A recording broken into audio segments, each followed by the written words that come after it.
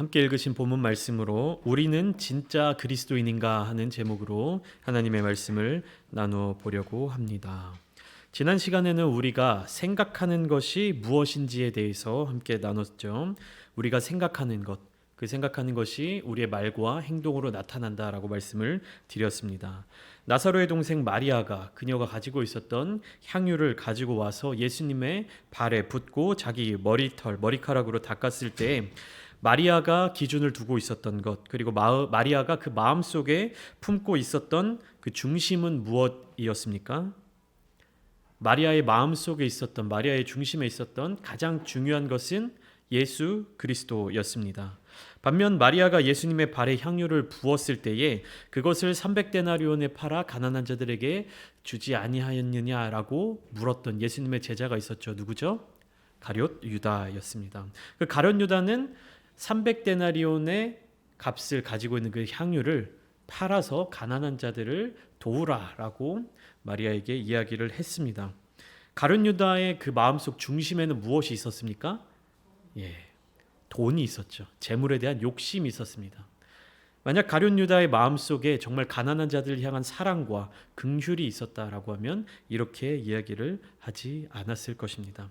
근데 정확하게 그 향유가 가지고 있는 값의 가치를 알고 있었고 그 값을 즉시 돈으로 환산할 수 있는 머리를 가지고 있었습니다.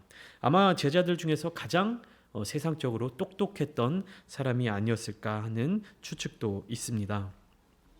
하지만 그는 마음속에 예수 그리스도를 중심에 둔 것이 아니라 돈, 재물에 대한 욕심을 두고 있었기 때문에 주님과 계속해서 함께 동행하며 주님과 함께 생활했음에도 불구하고 예수님을 닮아가지 못했습니다.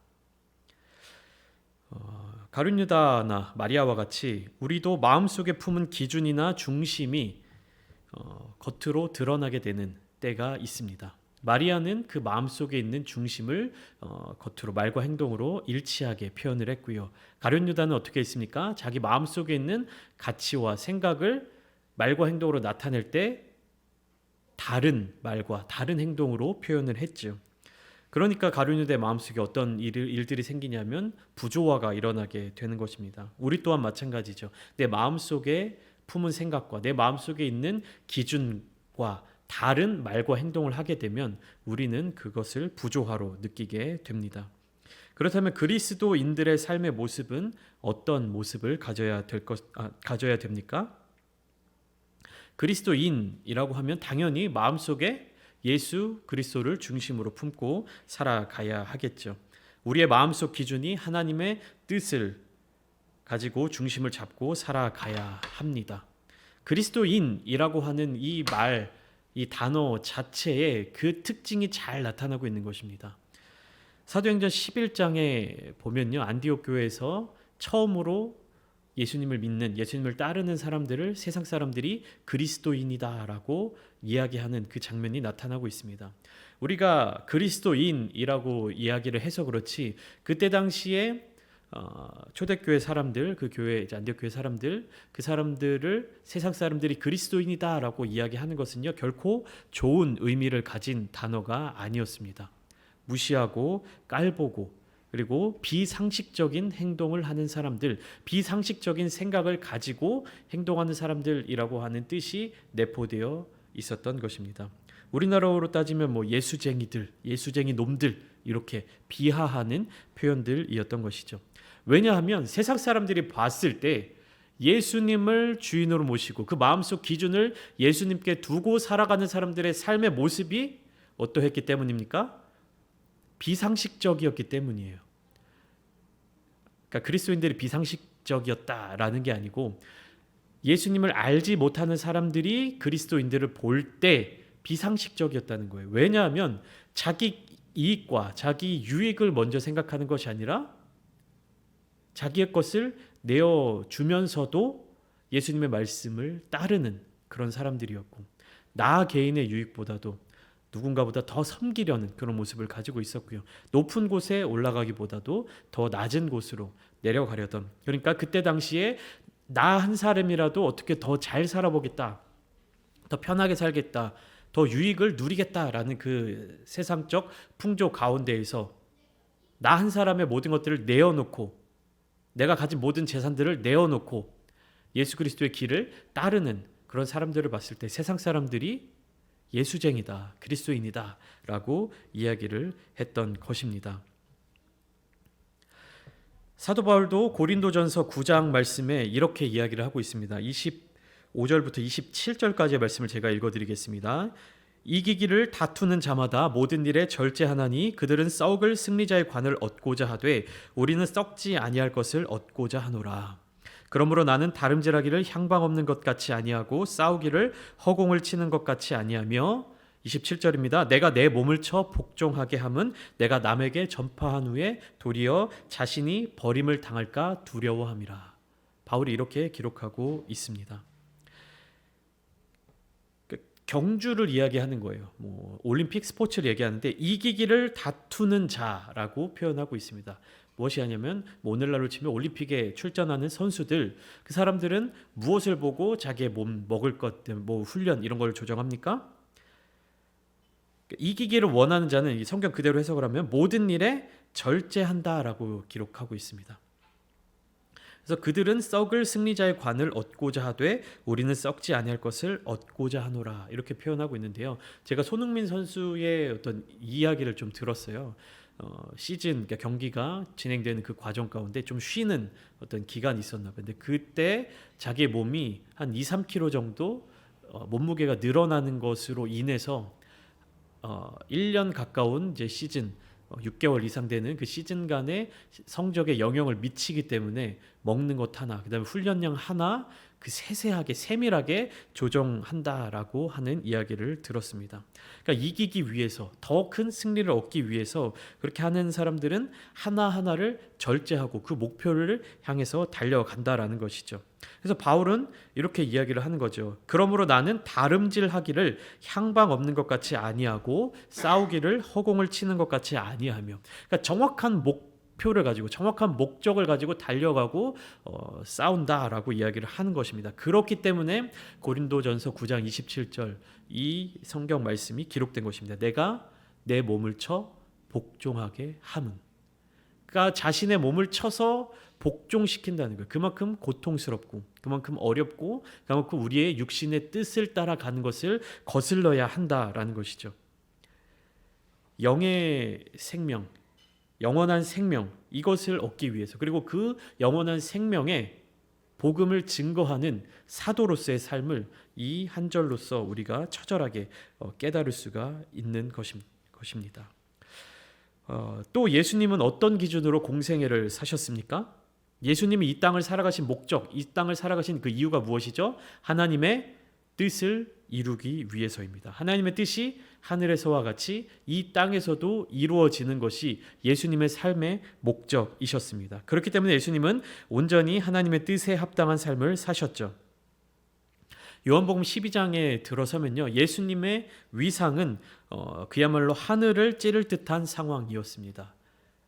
유대 지역, 그 다음에 온 이스라엘 지역을 두루 다니시면서 수많은 기적들과 이적들을 베푸셨던 예수님께서 베다니의 나사로의 집에 오셔서 어떤 일을 베푸십니까? 죽어서 무덤에 매장된 나사로를 살리시는 그 역사를 보여주시지 않습니까?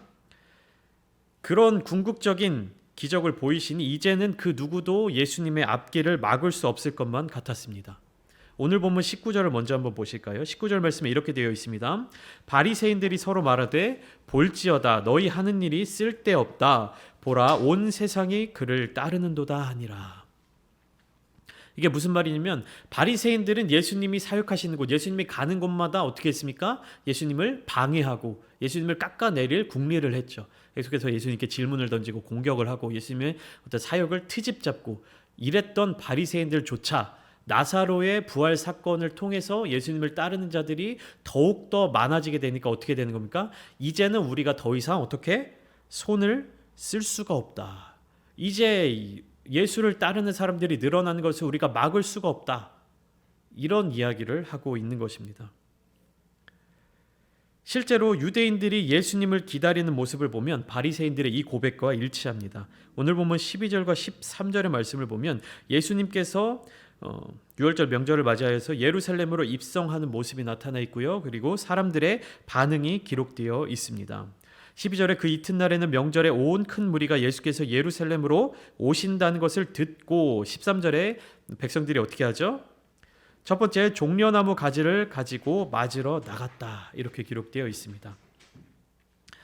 종려나무 가지는 어떤 의미를 가지고 있냐면 전쟁에서 승리한 개선 장군을 찬양하고 환영하기 위해 사용하는 도구 중에 하나였습니다. 그러니까 전쟁에서 큰 승리를 이루고 돌아오는 장군을 의미하는 것이죠.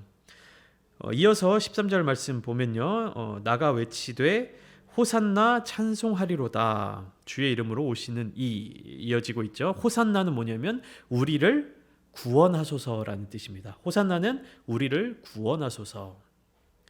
그러니까 로마 제국과의 전쟁을 통해서 이스라엘을 무력으로 독립시켜줄 강력한 힘을 가진 메시아로서 예수님을 바라보고 있었다는 것이죠. 주의 이름으로 오시는 이 곧 이스라엘의 왕이시여. 백성들이, 온 이스라엘 민족들이 이렇게 고백을 하고 있는 것입니다. 그 옛날 다윗 왕의 부활과 같이, 아니 그것보다 더 큰 권능을 가지고 무력으로서 큰 군대를 일으켜서 로마 제국과 맞서 싸워 이스라엘, 유다의 독립을 쟁취해 줄 것이라는 기대를 하고 있었던 것이죠. 그러니까 이스라엘의 왕이다라는 것은요, 분봉왕, 그러니까 로마 제국에서 임명한, 로마 제국에서 땅을 따로 이렇게 떼어서 통치하게끔 세워준 그 왕이 아니라 자기 왕국을 가진, 자기 힘을 가진 강력한 왕을 의미하는 것입니다.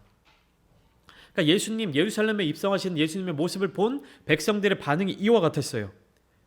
종려나무 가지를 흔들고 호산나 외치고 이스라엘의 왕이라고 소리치고. 그런데 예수님의 반응은 어떻습니까? 어떻게 예루살렘 성으로 들어오십니까? 14절, 15절 반응으로 보면 14절은 이렇게 기록되어 있습니다. 예수는 한 어린 나귀를 보고 타시니, 이렇게 기록되어 있어요. 15절은 스가랴 9장 9절의 말씀을 인용한 말씀입니다. 기록된 바 시온 따라 두려워하지 말라 보라 너의 왕이 나귀 새끼를 타고 오신다 함과 같더라. 이게 뭐냐면 스가랴, 구약성경 스가랴 9장 9절 말씀에 시온에 따라 크게 기뻐할지어다 예루살렘에 따라 즐거이 부를지어다 보라 네 왕이 내게 임하시나니 그는 공의로우시며 구원을 베푸시며 겸손하여서 나귀를 타시나니 나귀의 작은 것 곧 나귀 새끼니라 라고 기록되어 있는 이 예언의 말씀을 이루셨다라는 것을 기록하고 있는 것이죠. 자, 그런데 한 어린 나귀를 보고 탔습니다. 나귀를 찾아서 탄다는 것은요, 무엇을 의미하냐면 예수님께서 걸어서 예루살렘 성으로 들어가고 계셨지 않습니까? 근데 나귀, 새끼, 어린 나귀를 탄다는 것은 성인이 자기 두 발을 가지고 걸어가는 것보다 더 어떻게 보면 더 우스워 보이는 모습이 나타날 수 있다는 거예요. 그러니까 말을 타지 않았잖아요. 예수님은 어린 나귀를 찾아 타셨습니다. 말은 무엇을 의미하냐면 전쟁을 의미합니다. 권력을 연상시킵니다. 그러니까 장군들이 타는 것, 왕이 타는 것, 그러니까 전쟁에 승리하는 어떤 위엄을 나타내고 있는 것이죠. 근데 반면 나귀는 사람도 태우지만 주로 짐을 싣는 용도로 사용했던 짐승이었습니다. 그리고 장성한 나귀가 아니라 새끼 나귀, 어린 나귀라 하면요, 굉장히 작아요.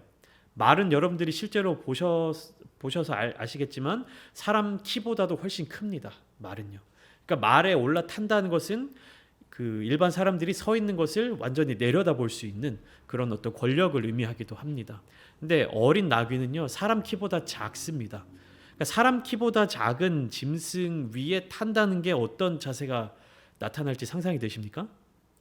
그러니까 좀 성인 큰 나귀면 괜찮아요. 장성한 어른 나귀면은 그래도 괜찮은데 어린 나귀를 타게 되면 이게 좀 키가 크거나 한 사람들은 어정쩡한 걸음으로 그 나귀를 탔음에도 불구하고 땅에 발이 이렇게 좀 우스워 보이는 그런 모습을 취하게 된다는 것이죠. 그러니까 굳이 무엇인가를 타고 들어가지 않아도 되는데 그런 유대인들, 이스라엘 백성들이 예수님을 향해서 이스라엘의 왕이시여 호산나 이렇게 환영을 하는 모습을 보시고 한 어린 나귀를 찾아서 타신 것입니다. 근데 그때 당시에 제자들은요, 예수님께서 왜 어린 나귀를 찾아 타셨는지에 대해서 이해하지 못했어요. 요한복음은 이제 후에 이런 예수님의 모든 사역이 끝난 이후에 사도 요한이 기록된 글이죠. 그래서 16절과 17절을 보면요, 이렇게 기록되어 있어요. 16절에 제자들은 처음에 이 일을 깨닫지 못하였다가 예수께서 영광을 얻으신 후에야 이것이 예수께 대하여 기록된 것임과 사람들이 예수께 이같이 한 것임이 생각났더라. 그러니까 이 말은 뭐냐면, 예수님이 그 나귀를 타고 예루살렘 성으로 입성하실 그 당시에는 제자들조차도 예수님이 왜 이렇게 행동하시는지에 대해서 알지 못했다는 것이죠. 예수님의 그 뜻을 이해하지 못한 것입니다. 그러나 주님의 십자가의 죽음과 부활 이후 제자들은 예언의 말씀을 다시 기억하게 됐던 것이죠. 그러니까 예수님께서 나귀를 타고 예루살렘에 입성하는 그때에는 제자들조차 예수님의 그 주님의 진정한 뜻을 알지 못했습니다. 그러니까 예수님을 따라가고 따라다니고 예수님의 제자라 불렸던 사람들조차도 그리스도인이 되지 못했던 것이죠.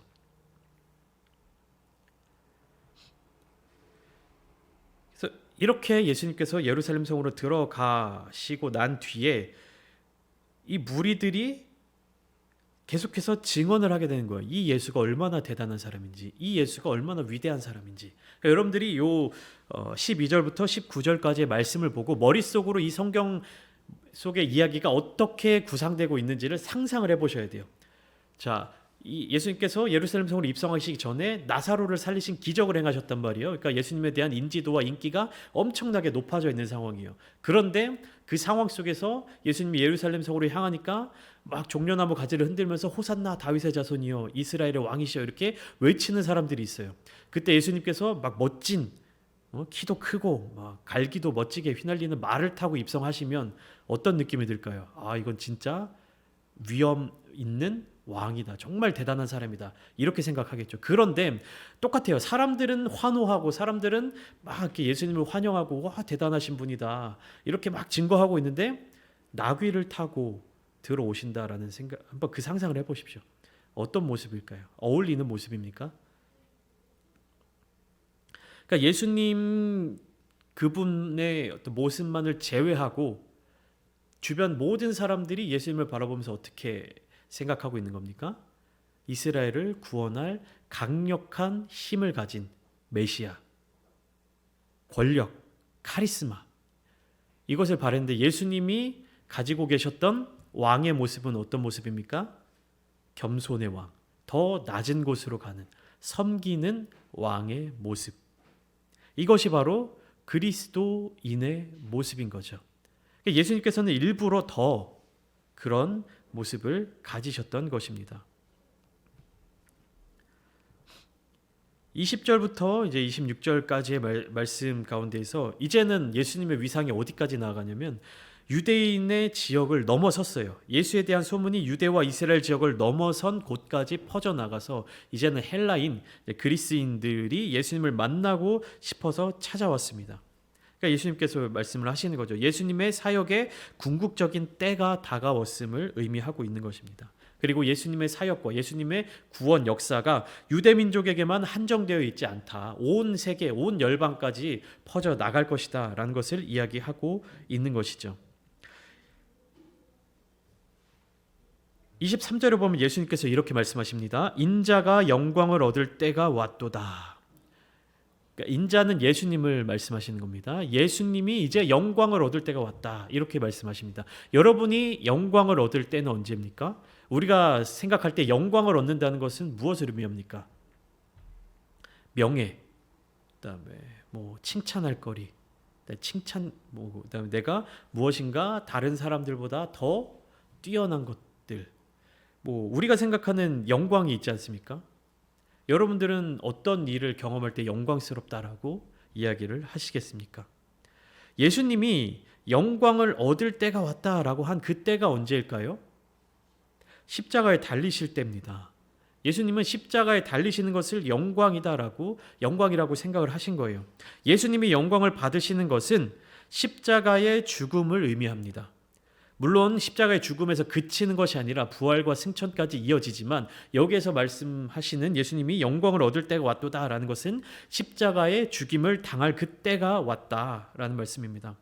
예수님의 죽음이 하나님의 구원의 역사로 이어지고요. 예수님의 죽음으로 말미암아 하나님께 영광이 돌려지는 것이에요.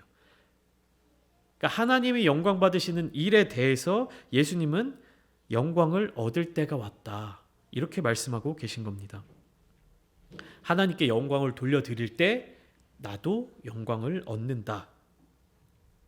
24절에 굉장히 중요한 이야기가 나타나죠. 내가 진실로 진실로 너희에게 이르노니 한 알의 밀이 땅에 떨어져 죽지 아니하면 한 알 그대로 있고 죽으면 많은 열매를 맺느니라. 여기에 하나님 나라의 법칙이 담겨져 있습니다. 무엇이냐면 한 알의 밀입니다. 한 알의 밀이 땅에 떨어져서 죽지 않으면 어떻게 됩니까? 그대로 한 알의 밀로 남아 있습니다. 성경의 사복음서를 보면요, 이 원칙, 이 법칙이 계속 반복되는 것을 알 수 있어요. 한 알의 밀이 그대로 떨어져서 살아있고 죽지 않는다면 그 한 알 그대로 있는 거예요. 그렇지만 죽으면 어떻게 됩니까? 그 한 알은 사라지게 되는 거예요. 없어지게 되는 겁니다. 그 한 알은 사라지지만 더 많은 열매가 맺어지게 되는 것이죠. 그러니까 하나님 나라의 법칙은 여기에 있어요. 나를 보존하는 데 있는 것이 아니라, 나를 지켜내는 것에 있는 게 아니라, 나의 영광을 더 찾는 데 있는 것이 아니라 어디에 있냐면 하나님 나라의 법칙은 더 많은 열매를 얻는 데 있습니다. 그런데 우리가 신앙생활을 하는 이 모습 가운데 정말 중요한 건 뭐냐면 나를 버리지 않으면 우리는 열매를 맺을 수가 없습니다. 나를 죽인다, 나를 버린다 라는 것은 나의 생각과 나의 의지와 나의 판단을 내려놓는다는 것입니다. 우리가 예배를 드리고 우리가 기도를 하고 우리가 찬양을 드리고 우리가 교회에 모이고 우리가 신앙생활을 할 때에 내 생각이 담겨져 있으면 어떻게 되는 겁니까? 내가 썩어지는 게 아니죠. 내가 죽은 게 아닙니다. 그러면 내가 아무리 열심히 무엇인가를 하더라도 거기에서 열매를 맺을 수가 있습니까? 없습니다. 내가 아무리 눈에 보이는 다양한 일을 한다고 할지라도, 신앙생활이 정말 위대하고 거룩해 보이는 일들을 한다 할지라도 내가 살아있으면 어떻게 되는 겁니까? 열매가 맺어지지 않는 것입니다. 내가 그대로 있는 거예요. 제가 여기 올라와서 설교를 하고, 저 목회자니까, 혹은 여러분들이 여러분들의 자리에서 교회를 섬기고 신앙생활을 해 나가는 모든 일에 있어서 그것이 하나님의 뜻, 예수님의 뜻, 그 마음이 담겨져 있어야지 열매가 맺어지는 것이지, 내가 이 일을 하는 것에 있어서 다른 사람들이 하니까, 다른 교회가 하니까 이런 모습은 있어야 되지 않을까? 이런 모양은 있어야 되지 않을까? 교회니까 이런 형식은, 이런 틀은 있어야 되지 않을까? 라는 생각을 가지고, 나의 뜻을 가지고, 나의 의지를 가지고 신앙생활을 하게 된다면 어떻게 되는 겁니까? 아무런 열매가 맺어지지 않는 것입니다. 이게 가장 중요한 거예요. 신앙생활의 모습, 그리스도인이라고 이야기를 하려면 내가 정말 진짜 그리스도인인가? 내가 정말로 진정한 그리스도인인가를 질문할 때에 가장 먼저 생각해야 될 것은 내가 신앙생활을 한다고 하는 것에 있어서 나의 의지가 얼마나 들어가 있는가? 나의 판단이 얼마나 들어가 있는가? 내가 기도하는 이 기도의 제목들이 나의 생각인가? 하나님의 뜻인가? 내가 나를 버리지 않으면 어떻게 해야 돼요? 열매를 맺을 수가 없습니다. 그런데요, 내가 나를 죽이고 내가 썩어져 가게 되면 그것으로 말미암아 많은 열매를 맺게 되는 거예요. 신앙생활을 많이 하고 오래 할수록 이 부분에 있어서 실수를 하게 되는 경우가 많습니다. 우리가 정말로 그것을 경험할 수도 있지만 인지적으로 배워서 쌓이는 경험들이 있지 않습니까? 그것들이 신앙생활의 연수가 오래되면 오래될수록 그 판단력들이 생기는 거예요. 다른 사람들 보면서 저건 어떻지, 저건 어떻지, 이건 어떻지. 처음 신앙생활을 할 때, 처음 예수님을 만났을 때 그 마음속에 있는 순수함이 사라져버리고 기준들이 생겨나게 되는 것입니다. 기도할 때는 적어도 어떻게 해야 되지, 찬양할 때는 어떻게 해야 되지, 예배 드릴 때 어떻게 해야 되지, 신앙생활을 하려면 적어도 어떻게 행동해야 되지 라고 하는 것들이 정말로 예수님을 사랑하는 마음으로 하나님의 뜻에 합당한 삶을 살기 위해 노력하는 방법으로 나오는 것이 아니라 그 기준, 판단, 평가, 그거에 따라서 나타나는 모습들이라고 한다면, 즉 내가 썩어지고 내가 사라지는 것이 아니라 오히려 그 안에서 나의 생각과 나의 판단이 더욱더 확장되고 커진다면 우리는 우리를 통해서 열매를 맺지 못할 뿐만 아니라 다른 사람들로 하여금, 하나님이 사용하시는 다른 이들로 하여금 같이 열매를 맺지 못하게 만드는, 더 나아가서 우리가 가라지와 같은 사람들이 될 수 있다는 것입니다.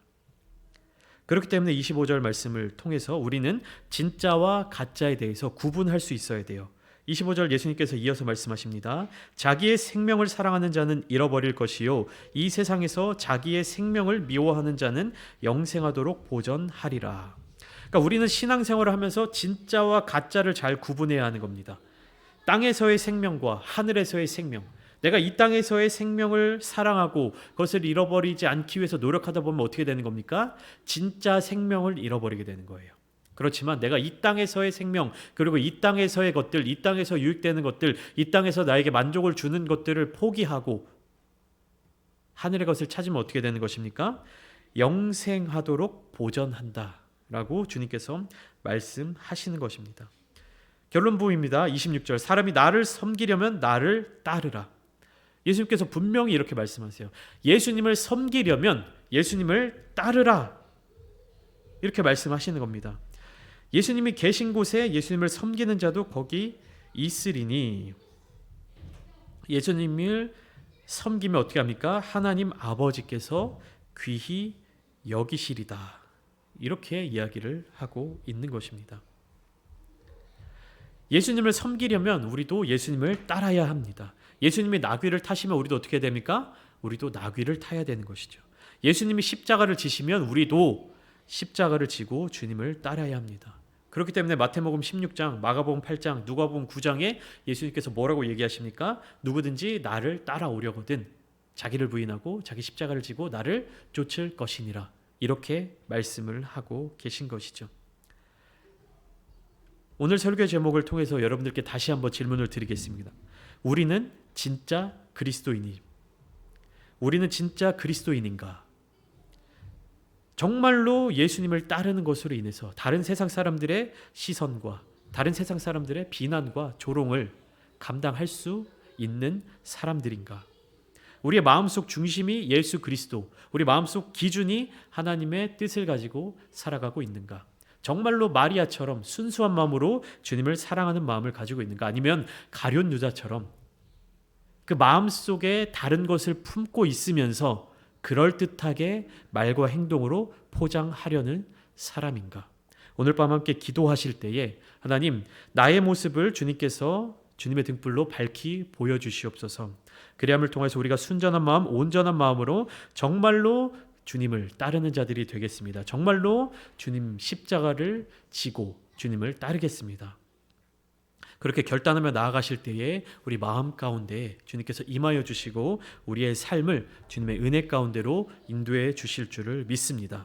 오늘 밤 함께 기도하시면서 주님께서 부어주시는 놀라운 은혜를 충만하게 누리시는 저와 여러분들이 다 되시기를 주님의 이름으로 축원합니다.